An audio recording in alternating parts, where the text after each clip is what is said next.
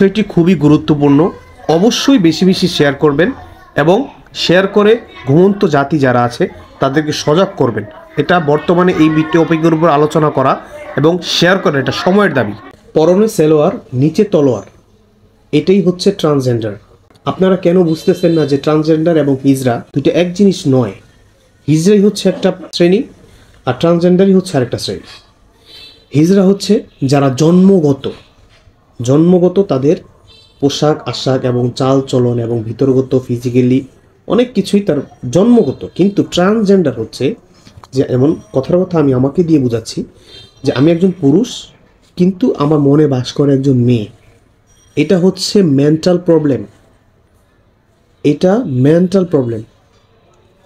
এটার জন্য মেন্টাল একজন ডাক্তার বা মনোবিশেষজ্ঞ যারা আছে তাদের সাথে আলাপ আলোচনা করে তাদের থেকে বিভিন্ন ধরনের থেরাপি নিয়ে এটা থেকে বাঁচার উপায় উপকরণ বের করতে হবে।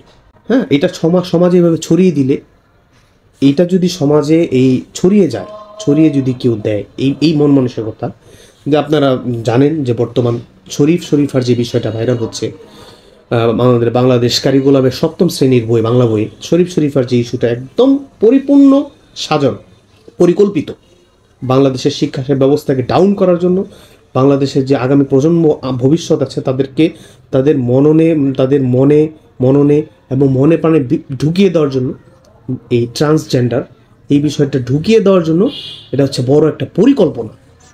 এই পরিকল্পনাগুলো আমাদের দেশের কেউ করেছে এরকম না, আমাদের পার্শ্ব দেশ, সম্ভবত আমাদের পার্শ্ব দেশ থেকে, মানে ভারত থেকে এই ধরনের পরিকল্পনাগুলো আসছে এবং আমাদের পাঠ্যলিপিগুলো তাদের আন্ডারে লেখা হয়, ছাপানো হয়। এখানে বাংলাদেশের কোনো সুস্থ মানুষের কোনো হস্তক্ষেপ আছে বলে আমি মনে করি না। এটা হচ্ছে আমার একটা ব্যক্তিগত মতামত এবং ব্যক্তিগত ধারণা। তো আপনারা কখনোই ট্রান্সজেন্ডারের সাথে হিজড়ার তুলনা করবেন না, মিলাবেন না। হ্যাঁ, হিজড়া ভাইদেরকে আমরা সম্মান করি। হিজড়ার মধ্যে আবার 2টা প্রকার আছে।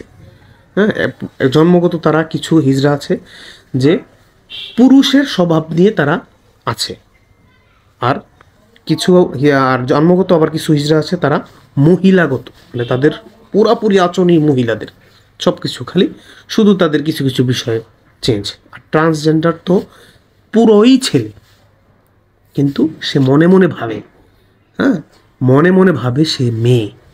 এটা মনের সমস্যা, মেন্টাল প্রবলেম।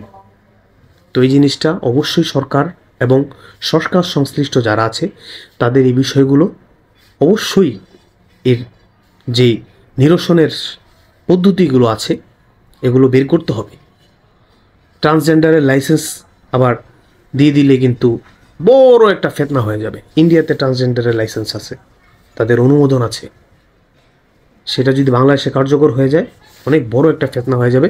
আমাদের আগামী বিশ্ব এবং পৃথিবী কিয়ামতের আলামতের দিকে এগিয়ে যাচ্ছে অতি দ্রুত এই বিষয়গুলো আস্তে আস্তে প্রকাশ পাওয়ার মাধ্যমে। তো আপনারা অবশ্যই আপনার আশেপাশে যদি এই ধরনের পার্সন থাকে তারা অবশ্যই তাদেরকে শুধরে দিবেন। এবং বর্তমান যে ভাইরাল টপিক আসিফ স্যারের যে টপিকটা, সেই বিষয়ে ব্র্যাক ইউনিভার্সিটি এবং ব্র্যাক সংশ্লিষ্ট যারা আছে, বিকাশ টিকার, এগুলোকে বয়কট করুন। এটা হচ্ছে সময়ের দাবি। আসসালামু আলাইকুম।